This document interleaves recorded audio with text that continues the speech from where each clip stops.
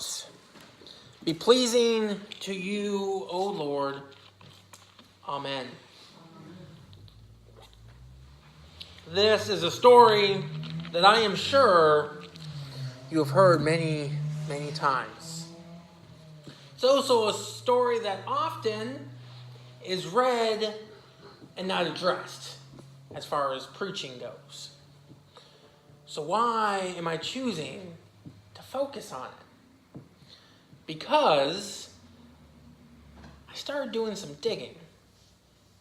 And I started thinking and reflecting. And I have a question for you guys that has to do with these numbers. I brought this very same question up to my pericope group, my text study group. And the pastors there were shocked that this was even an issue. Any ideas, any guesses what this... If you're my Facebook friend, you can't answer. Any questions, any thoughts what these numbers may represent?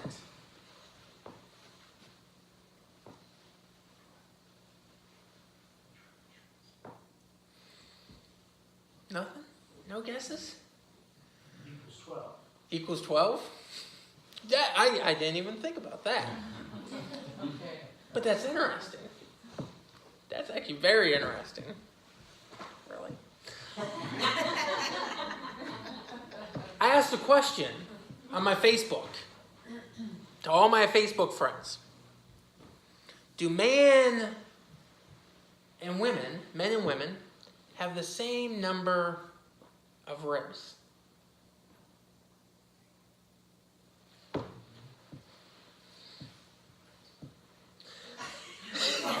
The answer, according to medical books, is yes. Men and women do have the same number of ribs. Scientifically, yes. We have 12 sets of ribs. It's funny how that worked out. But 20 people out of the 52 that responded said no. We do not have the same number of ribs. Of this 20, I found it quite interesting to look at the first thing that some people might be tempted to do is say, well, they're not well educated. Maybe they just never learned. There's college-educated people here. There's even a few with master's degrees represented in this 20. Not medical field, yes. There are some very intelligent people here. Okay, so Greg, you're from the South. Maybe they're all Southerners. No, that's not the case either. In fact, one of these 20 sat in the very pews of St. Matthias Lutheran Church. Oh, wait a second. That's a little close to home now. We can laugh at this number. Until, wait, there was someone amongst us that's represented here. Why does this matter? Why am I talking about this? I don't know. That's a good question, right? That's a very good question, Vicar. What does this have to do with anything? You see, I think we don't give this its due course. You see, the rib translation. These 20, that answer is based completely on this second Genesis reading. That's where this comes from. The teaching that God removed a rib from Adam, and therefore all men have one fewer ribs than women, comes from Genesis 2. It's a literal reading. Now, there's a lot of things that would explain why that's not scientifically possible. It would be much like if someone had a finger cut off during their life, their children would not have that same finger missing. This is why this is the right answer. But there's a lot going on here, more than what meets the eye. I'm going to tell you what it is because I'm sure you're sitting there going, oh, what is it? I don't get it. It's a rib. It's not that big of a deal. You see, the Hebrew actually says, and I'm no Hebrew scholar, so I confirm this with a Hebrew scholar, that Yahweh God used the side of this first being. Not a rib, but a whole side. Okay, that starts to change our understanding of what's going on here. On top of that, and this is what might be even more challenging, what we refer to as Adam before Eve was created is a take on the Hebrew word Adam. And if you translate that Hebrew word Adam, it's earth creature. Creature made from the earth. That's what we're not talking about a man named Adam. In fact, the Talmud, which is traditional rabbinical teachings on the Hebrew scriptures, actually deals with 6 different genders, starting from this point. Starting from the split, the creation of the partner. And what takes it one step further that we need to deal with and address is in American society, when we hear the word helper, what do we think of?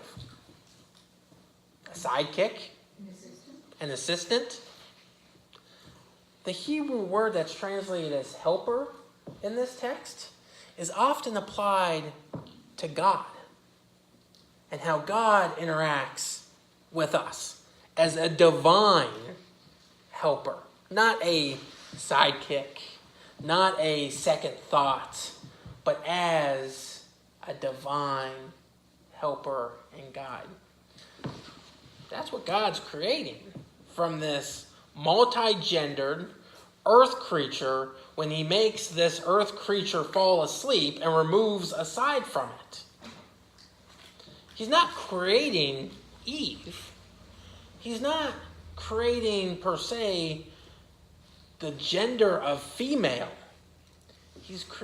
God is creating a helper, a companion, a life support person. The Hebrew, this is bone from my bone and flesh from my flesh. That is a well-known rabbinical saying that this person, regardless of gender, is who completes me. Kind of goes back to that John idea of abiding. These two people abide so closely that you don't know where one stops and the other begins. They're so intertwined, they are so supportive. That's what we're talking about here. When the flesh is divided to create two beings. Now, why am I spending so much time on this? Because this text has been used to put people down. It has been used to put women down. It has been used to beat women over the head, to say, no, you're made and taken from my rib. I'm the head of this household. What I say goes. I was created first. That's how this text has been. Right, no, that don't play in this house. That's what this text at times has been used for. It has been one of those clobber verses to beat people over the head. It has also been used against our LGBTQIA plus brothers and sisters. To say, well, no, God created male and female. Yes, but what was the first human creation that God created? Multi-gendered. Oh, wait a second. That kind of turns things around a little bit here. You mean God created someone that was not on the gender binary scale? Yes. Yes, God did. And it was only when God saw that this human creature needed a companion that the second being was created. It wasn't because there needed to be an opposite, quote unquote, if we want to think in the gender binary as opposites. It was because this earth creature needed a companion to live in community, to feel loved and supported. The gender didn't matter. Didn't even really play a factor. Oh, that's pretty progressive talk we're getting into here, Vicar. Yes, it is. And it is also challenging to the interpretation that has so often been put out there, that has so often been used against people. I didn't talk about the gospel reading because it's also a text that has been used against people. If you have not read the gospel text yet, it's Jesus' teaching on divorce. It's Jesus saying divorce is not good. And how often have people, women especially, had people point to that verse even when they are being abused or harassed and said, you just need to deal with it. You need to stay in that relationship. Because Jesus right here says, no, Jesus doesn't say that. Jesus says, ideally, we are to live in community with someone that completes us, that loves us, that supports us, that is bone from our bone, flesh from our flesh, that clings to us and we cling to them. We treat them as well, if not better, as we treat ourselves. In fact, Jesus turns it on the head and says, not only can a man divorce in a certain situation, but so can women, which is not what the rabbinical teaching was of the time. He elevates the woman to the rightful place as equal, as co-created, as bone from my bone and flesh from my flesh. What's the gospel message in that? The gospel message is God loves us all. God doesn't get hung up on gender identity. God doesn't get caught up in sexual orientation. God says, I love you because you are my created. I love you. You are welcomed. You are part of my creation. You are not an abomination. You are not a mistake. You are who I have made you to be. I have created you as you are, and as you will become, as you will develop into. And sometimes we have to figure that out. And that's part of the process that God welcomes us into. Because we also see in Genesis, God's figuring things out. God sees that a partner is needed, but doesn't exactly right away know what that partner should be, what that companion should be. That's why he brings the animals to this earth creature. They're trying to figure it out. It's only after that that they say, oh, wait a second, maybe it needs to be of the same species. It needs to be made of the same stuff. Whether you're transgendered, asexual, you know what? Your blood, your flesh, your bones are made of the exact same earth stuff as mine. Same stuff.